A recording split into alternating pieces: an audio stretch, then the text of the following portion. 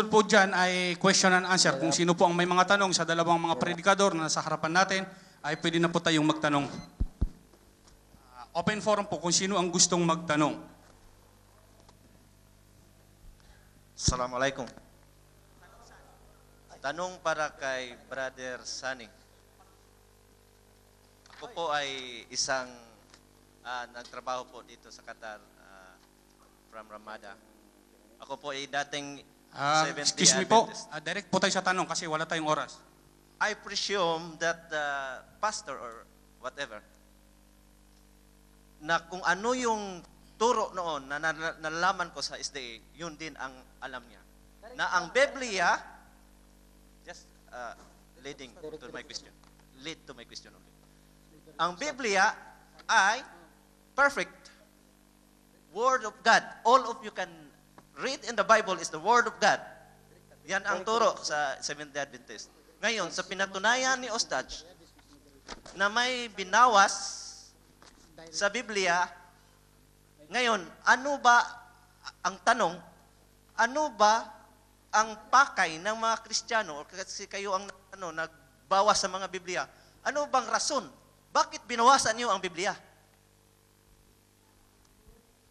Okay. Ang haba ng gusto sabihin, doon lang pala babagsak. Ang tanong mo ay, kayo nagbawas. Hindi po kami ay nagbawas. Hindi po kami ang nagbawas. Wala po tayong pruweba na ang Seventh-day Adventist ang nagbawas. Ang nagkakamali po ay ang translation. Hindi po ang original na Biblia na ating ginagamit. Ang mali po ay translation. Bawal po mag-rebat. Pasensya na po. Tanong po, pwede ako magtanong as a moderator po. Moderator, bawal po magtanong, Ustad. Moderator ka po.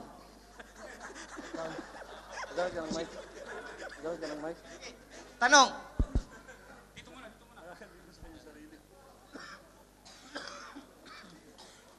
Assalamualaikum.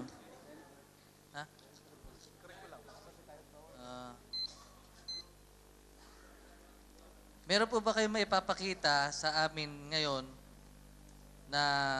Alternate ito ha, alternate. Isa doon, kasunod ako. Hindi, alternate, to make it fair, alternate. To make it fair. Para fair ba? Kasi kung babagsak nito, dabu-dabuhan nito, nabukol naman ang naon, lahat sa kanyang tanong. Papahirapan ninyo ito. Pwede ho tayo magtanong, pero wag na ho inyong pahabaan ng tanong pa. Diretso na ho tayo sa punto. Alternate. At palitan ho Kawawa yan. naman. Alternate ho. Sino ang gusto magtanong? Sa mga babae po, kung sinong gustong magtanong. Sa mga babae po. Sige, wala po. Saglit lang, andito muna. Mayroon Ustad sa babae. Sandali lang. Sana alternate din. Okay, mamaya. Okay. Hello. Sa akin po ba? Sige brother. Sige na. Okay. Okay. Ito po ay para kay Ibrahim. Ustaz Ibrahim. Hello. Nasabi niyo po kanina na gusto niyong patunayan kay Brother Sunny na i-move niya yung kung hindi man yung mountain o yung tubig. Nasabi niyo rin po kanina na kung may dala kayong lason, ipapainom niyo kay Brother Sunny at patutunayan niya na hindi siya malalason. Ngayon po ang tanong ko, hindi po kami naniniwala dun sa pamamagitan nun, may puprove namin ang tunay na religion kung gagawin namin yon. Hindi po kami naniniwala. Ngayon, dahil sa itinanong nyo yon at naniniwala kayo sa ganung paraan, kaya nyo po bang patunayan na ang Islam ang religion, ang tunay na religion sa pamamagitan ng ganong milagro?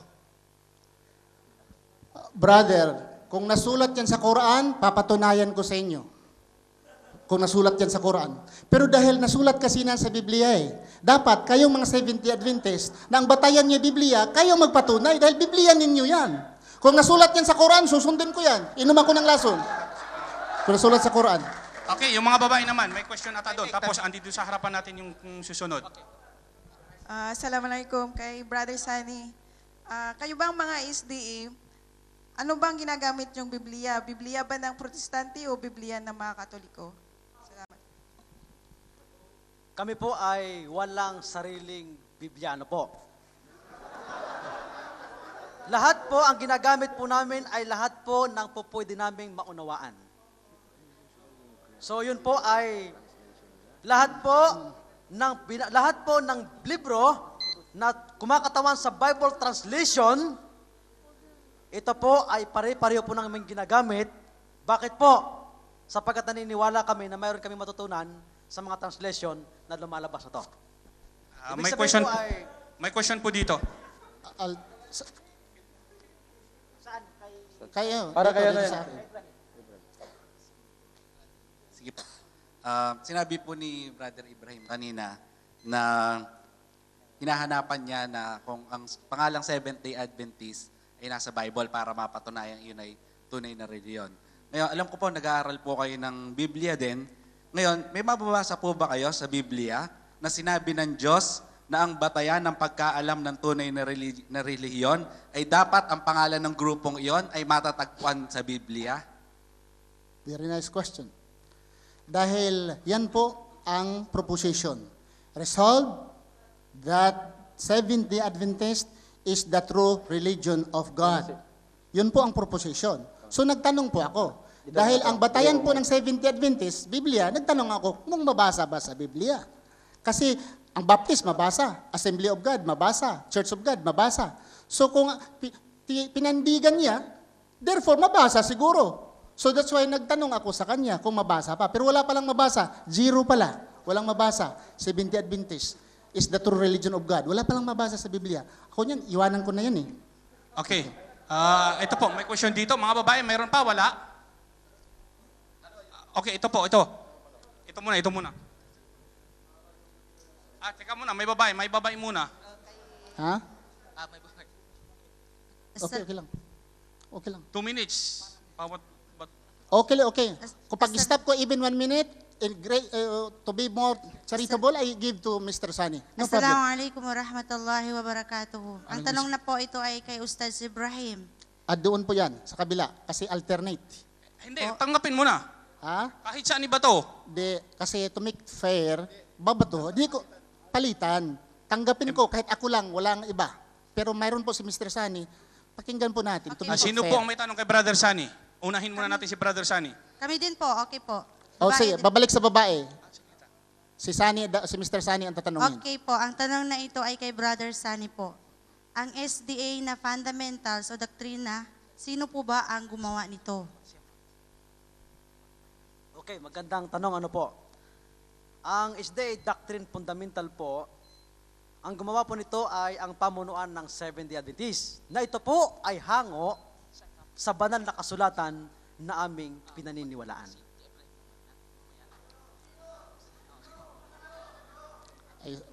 Pamunuan ng Seventh-day Adventist. Sumagot na po, mga Sagot brother. ko na. Sumagot na po. Baka isa-isahin ko sa iyo, bukas hindi pa tayo tapos. Sumagot na, pabayaan mo ang Walang sagot. karapatan. Okay, sino ang may tanong? Kay Ibrahim Romas. Mga Sa mga brother, Seventh-day Adventist. little cool, malamig lang.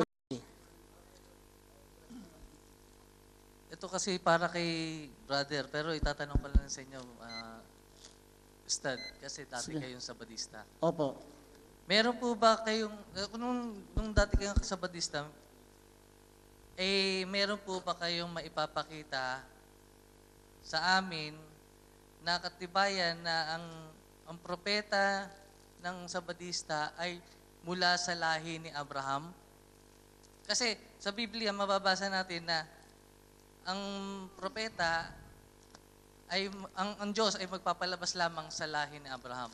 Sa Biblia Wala pong mabasa nga si Ellen G. White ay galing po kay Abraham. At even Ellen lang, hindi kasabang apelyido ha, wala po mabasa sa Biblia.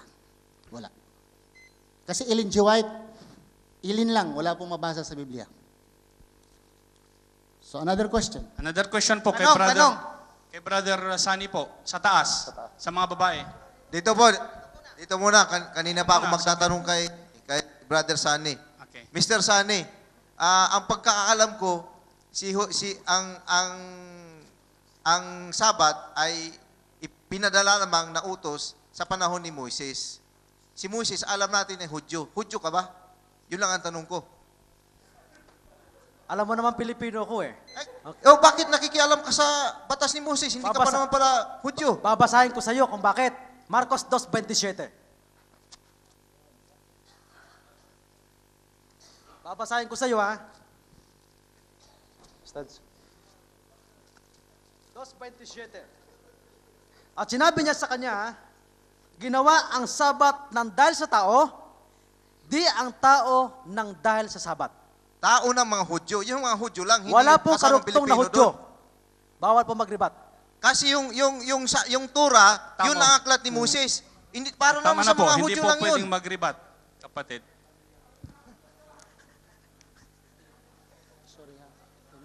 Okay, so ang tanong ko po, yun po sagot ko, ginawa para sa tao, tao ako, kaya nangingilin po Sino ako po ng ang may tanong? Sabat. Brother Ibrahim, kay Brother Ibrahim. Kasama yan sa paminta eh. Dito meron. Oh, Ustad, salam right. Salatullah. Ustad, bakit ka ba umalis sa Seventh Adventist? Umalis po ako sa Seventh Adventist dahil sa noong panahon na yon is 27, yung panahon, yung 28 ngayon. Dahil ang tinuturo po ng mga layman, Sabado lang po, pagkain Sabado. Pero wala pong tinuturo yung 1, 2, 3, 4. At yung mga basihan po ng Seventh Adventist na ang Biblia, paano po mamunga ang Seventh Adventist na maganda o sabihin natin totoo, tunay na relihiyon, na mismo ang Biblia, nagkaiba-iba at maraming dagdag bawas. Dagdag bawas po. So kung dagdagan mo, bawasan nyo, ang Biblia at mga author pa dyan ay mga unknown authors, so na ibig sabihin, kung ito ang foundation as a Seventh Adventist, piligro po na ma-imperno ako. Dahil ito po ay marami pong ni-revise, ang Biblia, ni-revise, edited, at saka little correction kay brother, sabi niya, wala daw, sa original daw, ay wala daw mali. Sa original, sa kapanahon ni Moses, I agree. Pero present copies of the 5,000 in New Testament only, 5,700 copies of the New Testament in Greek and other copy in Latin, wala pong kapareho doon. Okay? At kung si brother ay wala pong mali, sabi niya, bakit yung lahat ng mga scholars ng mga Biblia, silang nagsabi, dagdag bawas. Yun po ang masabi ko. Ang sunod na tanong sa kababaihan. Hello nga po kay Brother Sunny. Tatanong ko lang po yung nabanggit sa Deuteronomio 18:18 na binanggit ni Moses na palilitawin niya na gaya ng isang propeta. Sino po bang tinutukoy nito na gaya ni Moses at mababasa sa Biblia at sa Quran? Okay. Yung palilitawin gayang propeta, wala sa Quran yan. Pero sa Biblia, patutunayan ko kung sino yan. Lucas Kapitulo 24.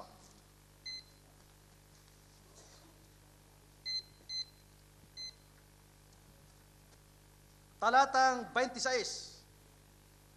Hindi ba kinakailangan si Kristo ay maghirap sa mga bagay nito at pumasok sa kanyang kalwatian si Kristo? Talatang 27. Nagmula kay Moises at sa mga propeta ay ipinapaaninaw sa kanila ang mga bagay tungkol sa kanya sa lahat ng kasulatan. Litra por litra, si Kristo pala yung binabanggit sa sulat ni Moises sa Deuteronomio. Kapatid, may gusto lang po akong sabihin, kapatid, ako po si Abdul Kader, moderator. Sinasabi niyo po na wala sa Quran yung lilitaw ng Sandali po, propeta. moderator po kayo. Hindi, gusto ko lang pong baguhin kasi naghahanap po tayo ng katotohanan, kapatid. Hindi po as a moderator, hindi pwedeng magsalita. Kapatid, sinabi po sa Quran, wa mubashiran bi rasuli ya'ti min ba'di ismuhu Ahmad. Huwag kang magsalita sa Quran, huwag kang magsalita about Quran na hindi mo alam. Ustad. Mas maganda yung ganun, kapatid. Ustad, Kasi ako na, nasabi Ustad. sa Quran, wa mubashiran bi rasuli ya'ti min ba'di ismuhu Ahmad. Wa huwa Muhammad. Ustad, ikaw po isang moderator.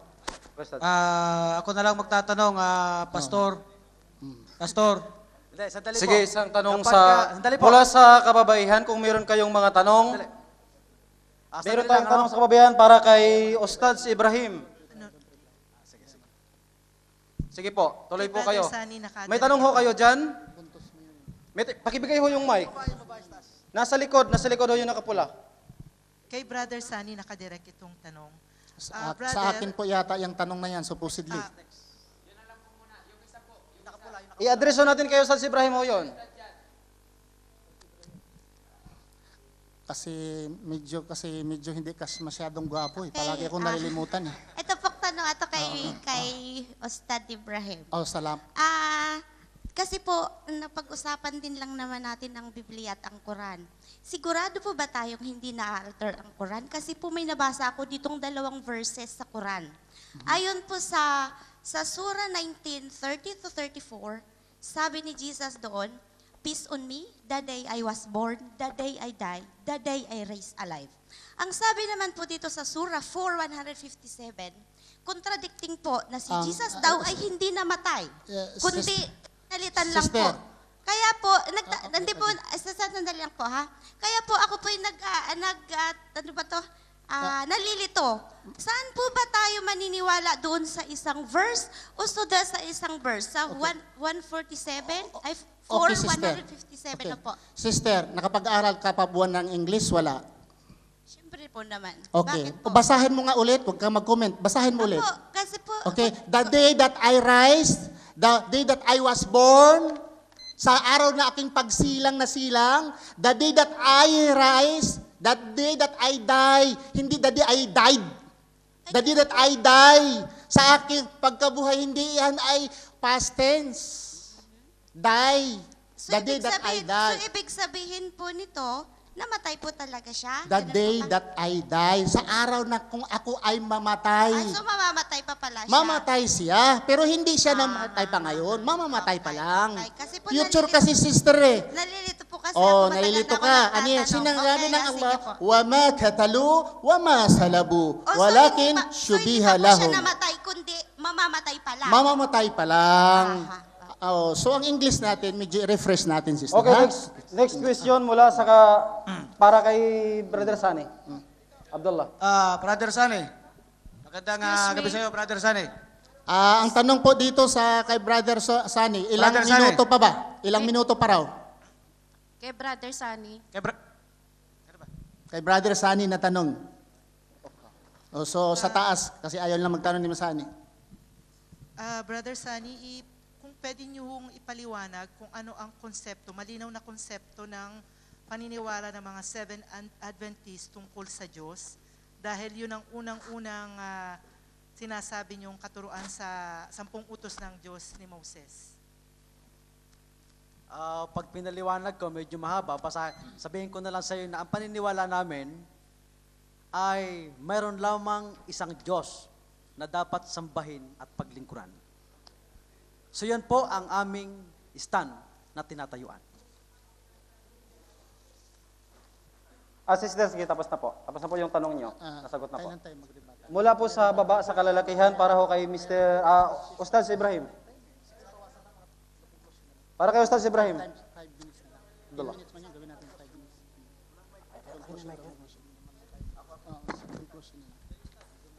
Para kay Ustaz Ibrahim. Okay. Brother, assalamualaikum po. Ustads, ang tanong ko lang po ay para sana kay Pastor Sani, Brother Sani, pero sa inyo na po, dahil sa inyo yung kuhan. Nung po ba kayo ay Seventh-day Adventist, inutusan din po ba kayo na manalangin tulad ng mga propeta? O kayo po ba ay nagpapatira pa din sa pagdarasal? Wala po. Hindi po. Yung Sabadista, Seventh-day Adventist, sorry, due respect, Seventh-day Adventist or SDA, wala po kaming pagdadasal na nagpatira pa, gaya kay Jesucristo nga nagpatira pa. Okay? Ang ginagawa po ni Jesucristo sa Biblia, hindi po ginagawa naming mga Seventh-day Adventist dati. Itong katunggali ko at lahat ng Seventh-day Adventist, ang totoo lang, wala silang sinunod ni Jesucristo kahit isa. Wala. Magdasal sila, hindi gaya ni Kristo. Mamatay sila, hindi binabalot. Hindi sila nag-ayuno ng how many days. Hindi po. Hindi po Seventh-day Adventist. Kahit isa pong sinusunod sa batas ni Kristo. Wala po. Sino nagtatanong? Susunod na tanong mula sa... Sige, para kay Brother Sani. Brother. Kasi Brother Sani, magandang gabi sa iyo. Nabanggit nyo kasi yung tungkol ang pinag-uusapan nyo kasi ang topic tungkol sa Seventh-day Adventist. Ang katanungan ko lang, kasi ang Seventh-day Adventist, ito ay kaapat na batas ni Moises. So maaari bang maging reliyon ang batas? Ang salitang religion ay service to the Lord. So ibig sabihin, ang pangingili ng Sabat ay paglilingkod saan? Sa Diyos. Kaya ibig sabihin, kaya kami nangingili ng Sabat, hindi sapagkat yun ang relihiyon namin, kundi sinusunod namin kung ano sinasabi ng Diyos. Okay. Next question. Po ang mga kababayan po, kung mayroon po kayong tanong, dito na tayo kukuha para kay Ustad Ibrahim sa baba.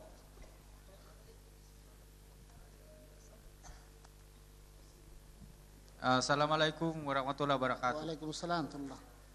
Ustad, dati po ay member po kayo ng Seventh Adventist. Sino po ba talaga ang Diyos nyo? Kung doktrina po, ang magpili ka sa Ama, sa Anak, sa Espiritu Santo. Yan po sa Trinity. Magpili lang kami. Kay Jesus ba, nga bata, nga Diyos, sa Ama na matanda na Diyos, or sa Espiritu Santo. Magpili lang po kung saan Diyos, yung sa tatlo. Tatlong persona kasi, doktrina sa Seventh Adventist, one God, three person. So magpili ka lang doon, matanda ba or bata.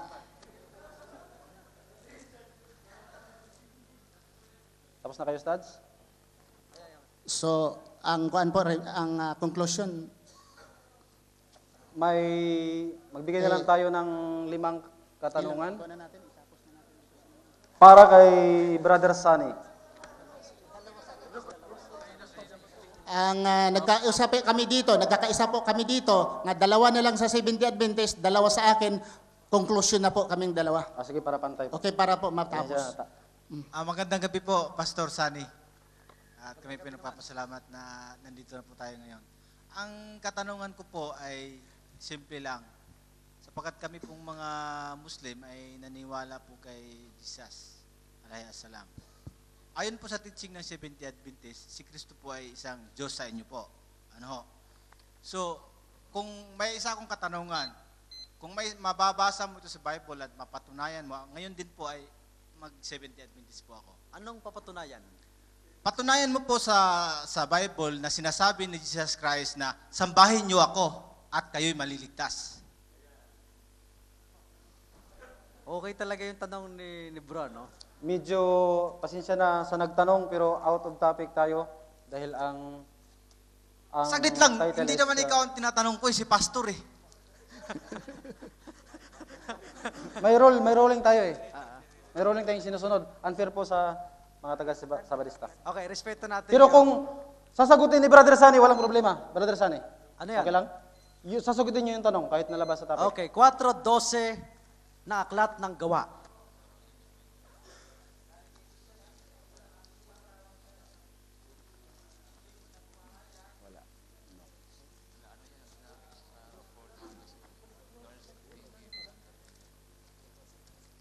Gawa 4:12.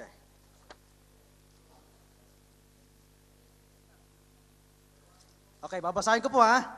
Kala ko may taga-buklat pa ako sa likod, wala na pala. 4:12. Okay. Ito na po. At sa kanino mang iba ay walang kaligtasan sapagkat walang ibang pangalan sa silong ng langit na ibinigay sa mga tao na sukat nating ikaligtas. Ngayon, kung hindi siya pwedeng sambahin, bakit siya pwedeng magliligtas? Ha? Pwede ba akong wala na. Okay. Gusto mo si Kristo mismo magsalita? Galing niya sa kanya. Okay. Aklat ng Mateo Kapitulo 4. Tingnan natin ang sabi mismo ni Kristo tungkol sa demonyo, malaki yan. Kasi yun ang hinahanap mo, ha? Okay. Tingnan natin, Noong tuksohin ang ating si Kristo, nung nasa ilang, noong tuksohin siya ng dyablo, anong kanya sinabi? Verse 10. Habang siya tinutok, sinabi niya ito, nang magkagayo sinabi sa kanila Jesus, humayo ka, Satanas, sapagkat nasusulat, sa Panginoon mong Diyos sasamba ka, sa iyo lamang ang iyo lamang paglilingkuran. Ha? Panginoong Diyos yung sinasabi mo eh. Gusto mo pa isa pa? Kasi katahimikan lang.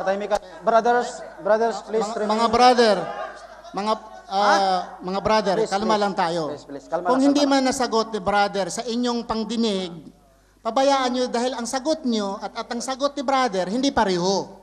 So pabayaan niya kung isang isasagot niya. Atin pong alalahanin na kung ano man pong sagot ng debater, ay may karapatan po siya doon. Wala ho kayong karapatan na i-rebat yun. Yun po ang rule. Okay, may tanong po ba dito Isang sa akin? tanong pa para kay Ustad. Dito naman sa akin, magtanong. Ustad Ibrahim, tanong pa para kay Ustad Ibrahim sa mga kababaihan, mayroon po kayo? Dalawa-dalawa na lang, tapos conclusion na po. Ha? Sa akin hindi pa. Nakatatlo na siya. Akin na lahat. Sige, may tanong. Sige, itaas ang tanong, itaas ang tanong. Ang natitirang dalawa sa akin na, no? Kasi pangit kasi, hindi gwapo eh. Hindi ko nakikita. Brother, sandali lang. Ang dalawang natitirang tanong para kay Ibrahim Romas na. Dahil tinira nyo lahat ang tanong doon kay Brother Sani. Sana man makikita itong gwapong mukha ko. Marami na. Malamang hindi ito tanong, kundi isang pagpapaliwanag lamang dahil nabanggit sa unang verse. Bro, pasensya na po, pero wala hong bakalaw tayo pagpaliwanag, may debater tayo. Question lang po. Kung mayroon Tanong kayong lang po. Tanong lang diretso. Kasi sinagot ni brother kanina yung Deuteronomy 18:18. I-explain niya. Gusto ko rin maipaliwanag ni Ustad ang Deuteronomy 18:18 na nagpapatunay na si Prophet Muhammad ang... Diretso ho kayo sa tanong. Diretso kayo sa tanong. Okay, nakuha ko ng tanong. Na ipapaliwanag ko raw na ang Deuteronomy 18:18, Muhammad sallallahu alaihi wasallam, brother, kakain ito ng 1 oras or at least 30 minutes. It's unfair. Kung ang tanong ay ganon, shortcut, dapat, ang sabi ng Deuteronomy, I will raise up a prophet like unto thee, Moses, and I will put my words in his mouth, kay Moses, like unto thee, Moses. Sabi namin si Prophet Muhammad sallallahu alaihi wasallam ito, dahil si Moses, ang batas ni Moses, eye for an eye, tooth for an tooth. Si Moses may asawa, at si Prophet Muhammad may asawa. Si Prophet Moses namatay sa ordinaryong sakit, si Prophet Muhammad sallallahu alaihi wasallam sa ordinaryong sakit. May mga anak si Moses, may mga anak si Prophet Muhammad sallallahu alaihi wasallam. Hindi po ito kay Jesus Christ, kasi si Jesus Christ ay wala po siyang asawa, wala po mga anak. Hindi po siya namatay sa ordinaryong sakit gaya kay Moses, subalit si Kristo po ay napako sa cross. Si Kristo ay katatlong persona sa Trinity, subalit si Moses ay hindi katatlong persona sa Trinity. So ito pong Deuteronomy 18:18, maliwanag po ito kay Prophet Muhammad sallallahu alaihi wasallam. Hindi po propeta nga babae nga Ellen G. White, dahil like into thee Moses, si Moses po hindi babae, lalaki po siya, lalo nang hindi pupunta kay Ellen G. White. Okay? So, last na tanong, para na diyan sa akin. Hello, salamat. Yung Adventista naman, yung Adventista. Yung Adventista, pagbigay natin sa Adventista ang magtanong. Brother Sani. Brother, sige brother. Yung Adventista naman, si brother. O sa mga SDA. Ako po may tanong po kay Ustad. Yes, si brother. Yung 70 Adventist, ha? Sige po. Okay. Kasi po, napag-usapan kanina about Jesus. Ano po? Opo. Ngayon, isa rin po yun sa nalilito ako. Opo. Kasi po, ang tao, the human being cannot judge the same human being. Okay po? Hindi ako okay. Kung may sabi ka nga hindi makajudge ang human being, wala tayong mga judges at mga pulis. Ibig ko po sabihin about salvation. Hindi po natin pwedeng sabihin kay sister, hindi ka maliligtas. Kasi ganito ka. Sister, question. Direct to the question. Tama po, tama. Ako nga po. Okay. Tama. Ngayon si Jesus po ay nakaakyat sa langit at naniniwala po ang Quran na si Jesus ay babalik to judge the world. Ngayon, question. Correction po, hindi to judge the world. Wala po nagbanggit ang Quran. Ayon po kay Abu Huraira, sa footnote po, ayon kay Abu Huraira, Jesus will come back, Isa will come back to judge the world. Ngayon po. Sister, anong quote? Wala po yan. Kung mayroon po nga si Jesus Christ to judge the world, He will come back to judge the world, mag-70 Adventist ako. Sige po. Wala po yan. Hanapin ko po Sige, yung hanapin verse. mo po. Babalik si Jesus, I agree, nandoon. Hihingin ko po yung number ninyo. Kasi nalilito po talaga ako kasi bakit si Jesus lang ang babalik to judge the world, hindi kasama lahat ng prophet? Unfair po yun. Dapat lahat sana ng prophet. Bakit si Jesus lang? Sister, okay, bakit si Jesus last unfair? Una po, ang Diyos po ang nagusto nito, hindi ikaw. Kung ikaw, lahat sila ay babalik. Hindi po ikaw ang nagusto Diyos po Diyos si Jesus ang Kaya ibalik. nga po, so ibig sabihin, there's something special in Jesus. Yes, sister. Pag special, kami po ay naniwala po, special po si Jesus. Pero hindi po siya Diyos. Special po siya. Isinilang siya na walang tatay by the power of God. Binigyan po siya, mag-ayos po na may mga sakit. We believe that. Nagbuhay ng patay sa kapangyarihan ni Allah. We believe that. But to worship Jesus Christ, that is contrary to the teaching of Jesus Christ because si Hesus Kristo mismo nagsasabi, Juan 17:3, this is eternal life, that they may know thee, that you are the only true God. So wala siyang Si karapatang Hesus Kristo mag-judge, okay. ay naniwala kami sa mga himala, but to worship Him as God or one part of Allah, kasalanan. Ustad Ibrahim, your time. Next question, nakiusap si Brother Sani na magtaas ng isang brother ng question para sa inyo. Okay, Tayo natin brother. sa isang brother. At kukuha din tayo ng isang brother galing sa Muslim, mga Muslim, para kay Brother Sani. Para pantay lang. Okay, para po. pantay ang laban. Sige, brother. Magandang hapon. Ito ay tanong sana ko kay Brother Sani pero nai-assign kay Ustad. Tanong ko na rin sa iyo. At ito'y base sa nabasa kanina na mula sa talata ng Quran na doon pala, ang Quran pala ay binigay para upang magpapatotoo sa Torah at Injil. Ngayon, may nababasa ka ba sa Torah at Injil na litra for litra na ang Islam ang totoo o tunay na reliyon ng Diyos? Brother, ang Torah nga kay Moses na aklat, wala na pong mabasa ngayon nga Torah. Wala na po. Kung mayroon man, dapat the burden of proof should be on the Seventh Adventist to prove that the book of Moses still existing. So the Seventh Adventist will prove to me. At ang yung libro ni Kristo, also, kung existing, the burden of proof should be on the affirmative side. Wala pong mabasa dahil wala na pong Torah ngayon at wala na pong Injil. Mayroong Old Testament, hindi po yung Torah. Iba yung Old Testament, iba yung Torah. Kasi ang Torah, ibig sabihin, law, aklat ni Moses. Ngayon po, and Moses said unto the Lord, okay, and the Lord said unto Moses, ay hindi yan kay Moses. Sabi ng Diyos kay Moses, at ang si Moses ay sumagot sa Diyos, ay hindi yan kay Moses. Sa ibang mga tao yan. We are looking the Torah written by God or written by Moses, not by other people. Okay. So wala pong mabasa. Walang Torah ngayon eh. Hello, assalamualaikum. Assalamualaikum. Hey, Brother Sani, nasabi mo kanina sa batas ng Diyos na huwag kang papatay. Okay. So, naniniwala kayo na kung ano man ang ipag-utos sa inyo ni Jesus Christ, susundin nyo. Siyempre naman. So, paano kung sabihin ni Jesus ribat Christ ka o itinuturo ni Jesus Christ ang pagpatay? Sige, brother, I'm sorry, pero wala kang karapatang makipag-rebat sa kanya. One question lang is allowed for only one questioner. Yun nga ang question ko. Kung susunod sila, Magiging unfair tayo sa ating mga brothers, okay? Please, bear with us. ipaliwanag mo sa akin yung pagturo ni Jesus Christ na pagpatay sa Luke 19, verse 27. Brother Sani, may karapatan kang sumagot at may karapatan din kayong hindi sasagutin ang tanong. Okay. So, ibig sabihin ay, kasi dapat talaga magtatanong lang, ano? Sumusunod kami kung ano ang iniutos ng ating Panginoong Hesus Kristo, no? So, ibig sabihin ay, tapos na yung ating mga panahon, ay di... Conclusion na lang, ano? Mayroon tayong 5 minutes na lang. 5 minutes sa'yo, 5 minutes sa akin. 5 minuto na lang. Okay. Okay, so kami po ay magkukonklusyon na lang. So, sa madalit sabi ay, nagpapasalamat po kami na, siguro next time, Brother Ibrahim, ano? Simulan natin sa mas maaga para mas maraming tanong. Sana Biyernes dahil yung mga Muslim... Yung 45 minutes nakikita ko na hindi sapat doon sa question na sa dami ninyo. Mari ko sa amin, sapat na to. Pero dapat dito ay ubusan natin kahit mga 1 oras hanggang 2 oras para gugulin at mapagbigyan lahat ng katanungan. Ano? So ibig sabihin, sa konklusyon na lang, nagpapasalamat po kami na naging mapayapa naman ang ating pag-uusap at nagagalak kami na sana kahit po saan tayo magpangita. Ito pong ating ginawang pag-uusap na to ay wala pong personalan. Ano? Bagamat tayo dito ay parang medyo nagkasakitan sa damdamin, paglabas po naman natin ay tayo mga magkakaibigan pa rin. At tayo mga pare-parehong, kung tawagin ay mga taong nagsasambit ng buhay sa Diyos. Ano? Okay, kaya salamat at kayo naging maayos. Naging maayos din ating presentation. So, sunod ulit, huwag kayong mawawala. Hahabaan natin ang oras. Sige, gagawin natin pag-pray yan. Para mabigyan natin ng panahon ang lahat ng tanong ninyo at masolusyonan sa ayon sa ating mga itinuturo. So magandang hapon po at salamat po sa inyong lahat.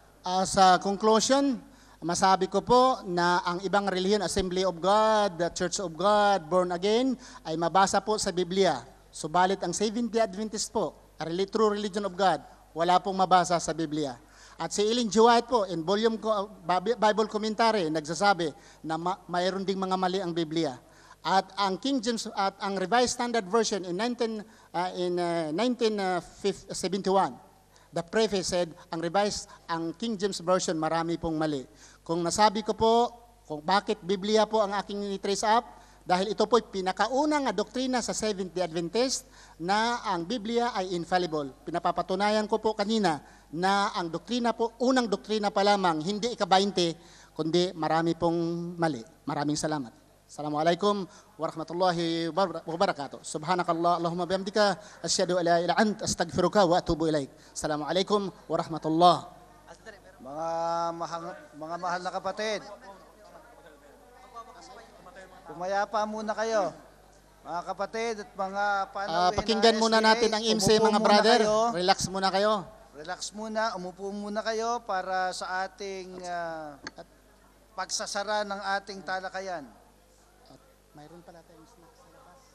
May snacks doon. May mga pandesal, mayroong soft drinks.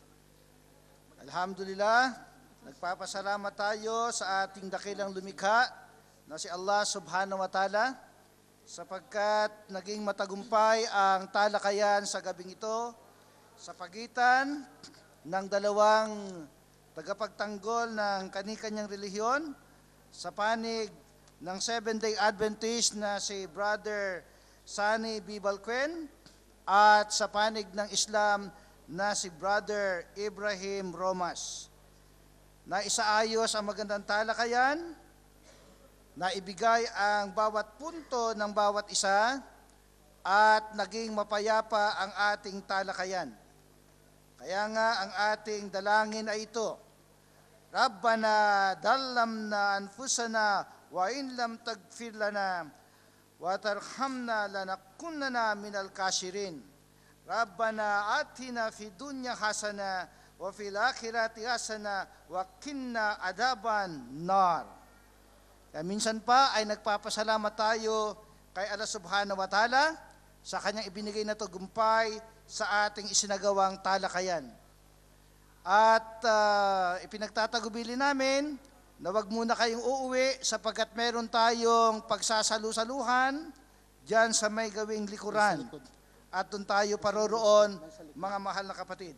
Assalamualaikum warahmatullahi wabarakatuh.